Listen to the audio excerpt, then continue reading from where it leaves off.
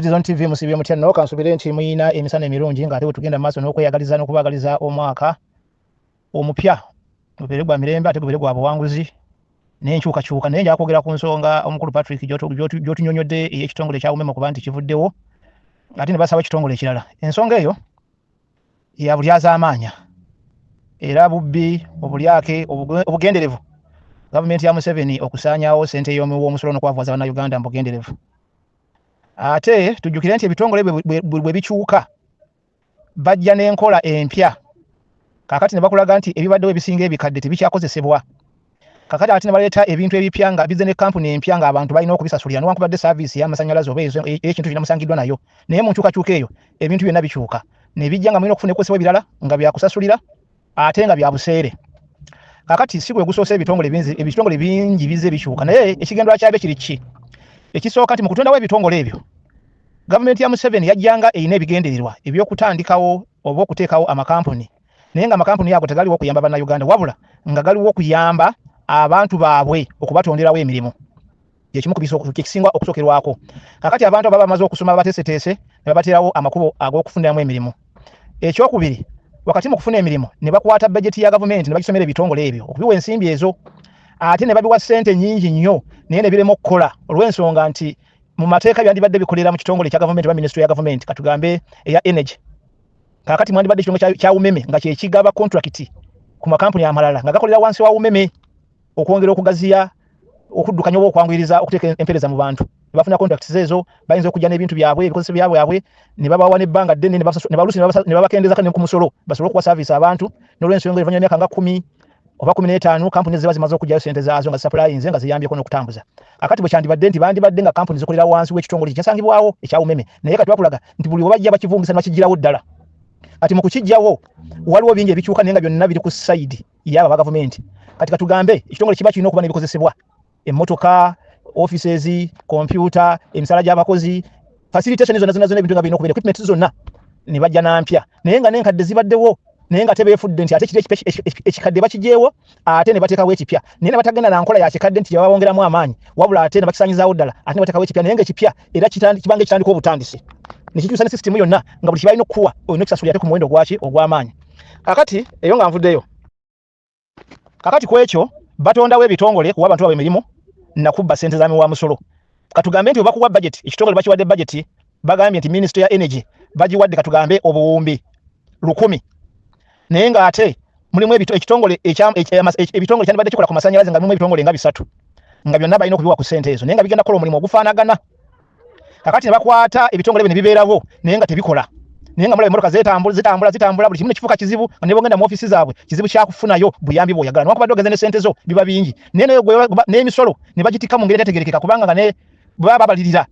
ky'okozesezza bakuwanga bye baagala. Katugamba okozesa amasannyalaze ga 200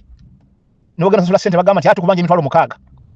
kati nga tolina walala wonna waakuddukira ne bagamba ate contract eno ate kino kiri mu kino umiikiriza nomala ebbanga lya myezi oba 3 ng'ensonga kuleme kusolovinga nga buli omu akusindika wa munne kubanga teri alina solution yo bajja kubba kubanga ssente zabalina okukozesa bazeetekamu bokka bafune emisala gyabwe bavuge emmotoka ez'ebbeeyi ate zisigalawo gavumenti n'ezizaayo kubanga babiteekamu bugenderevu nti wetukuwa obuwumbi 10 kakasa nti obuwumbi 50 bulina okudda mu State House. Ekyo kimu ku bintu ebisinze okusumbuwa eggwanga lya Uganda obubbi obwenkomeredde obubbi obugenderevu. Kankuwa ekyokulabirako kati ngenda kulaga kampuni z'amasimu. Waliwo kampuni ya MTN Uganda, waliwo ne kampuni gye bayita Airtel, akati waliwo ne kampuni gye bayitanga Mango naye nga yagira ku UTL. Kati Mango we yajja neesaanyawo UTL n'ebintu bya posta byonna naye nga baakireetera mu Mango era neeyo kampuni yalyoka yagwa tekyaliwo Uganda. Katutunuulira Celtel yajjanga Celtel n'ekyuka n'efuuka Zain n'ekyuka n'efuuka Airtel olwaleero. Akati bw'otunuulira kampuni eyo ejja ekyukakyuka naye mu kukyukakyuka kitegeeza nti abaagitandikawo bakozesa ssente ya miwa musolo ne bakirimbika nti waliwo omuwala bwe yajja n'ateekamu ensimbi mu kampuni eyo. Kati batuuka ekiseera okubaga nti bamuwummuza kampuni ekyusa amannya kitegeeza nti nannyini abagikoze eki abagivuddeko. Kakati bwe mala okukyusa amannya neddamu n'ekyusa amannya amalala omulundi ogwokumeka ogwokusatu kati obo nabo babubbi nti ssente zatandikawo kampuni eyo zaava mu ggwanika lya Uganda. Kati bwe bamalidde eri mu mikono egy'abantu abatategerekeka era ne bagamba noonyereza bani banyinyi tusobola kifuna naye kampuni ya MTN ne bw'ogisange South Africa gyetandikira ne bw'ogisange Nigeria ne bw'ogisange Tanzania esigala MTN emyaka gyonna gye yakabeerawo. kubanga eyimiriddewo nga kampuni ey'amazima newankubadde batuuka Uganda babba ssente bakola omulimu bakubba ssente ku akaunti z'abantu n'ebiringa ebyo naye yo nga kampuni newo complaininga ky'okomplaininzeeko kitereera kimani kitereera naye kya Zaini oba Celtel oba Airtel kiba kizibu kya kusolovinga era bw'oba okyegendereza abantu abalina layini za Celtel bazibbirako nnyo ssente z'abantu okuva ku akawunti genda ng'okinoonyereza onoonye abantu abasinga okubbibwa ssente ku akawunti baba balina layini ki ojja basanga abasinga obunye bali ku Zaini obuuze lwaki Zaini ezeefuuka ki ezeeyeyubula etya ojja kuzuula kyenkugamba kakati tuddeyo emabega njagala tunuulire kampuni bwe baali babba Uganda Commercial Bank ebibugaga byayo ki kye baakola baleeta ebikampuni sema bakiyita kikampuni bakiyitanga ni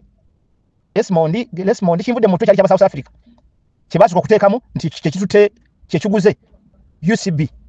naye oluvannyuma byagenda bikyuka kubanga abaali babba bali mu ggwanga munda ne bazimba ebikampuni okuva ebweru ne biyingira mu ggwanga nga ba investors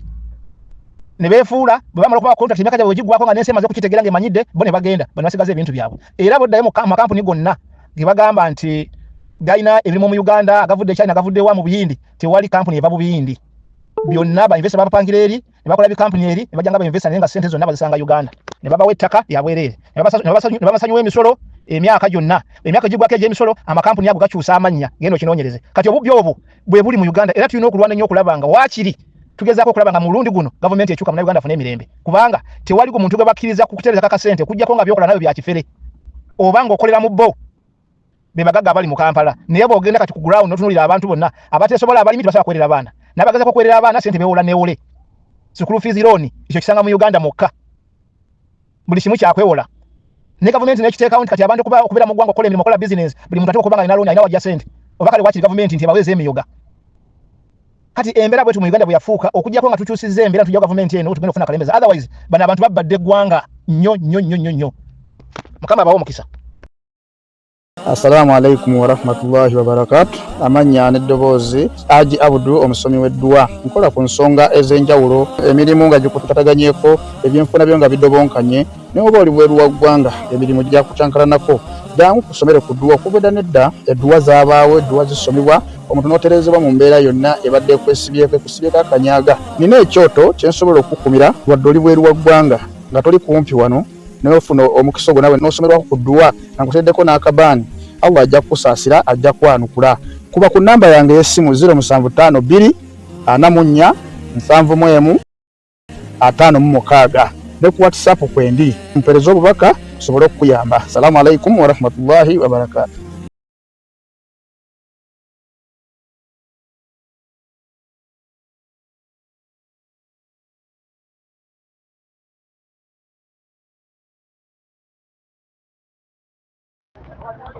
Omukama akonkomere oyite mu lunaku mwana gwe simanyi nakumanya oba tulyegwako ddi nja kufuna olunaku nkubire gye tusinkane sinobira ogendako mu kyalo naye nsigenda kulwayo mbadde nkyalina ennaku zino enkulu ziggwemu anga muzeeyi yadde yaneetaaga ngere naye sigenzeeyo lwa buzibu bwa sente nga sirina transport iba museera naye nja kukubira olunaku nje nkulabe sula bulungi n'omwaka oguyingira gw'essanyu otandikewo okomye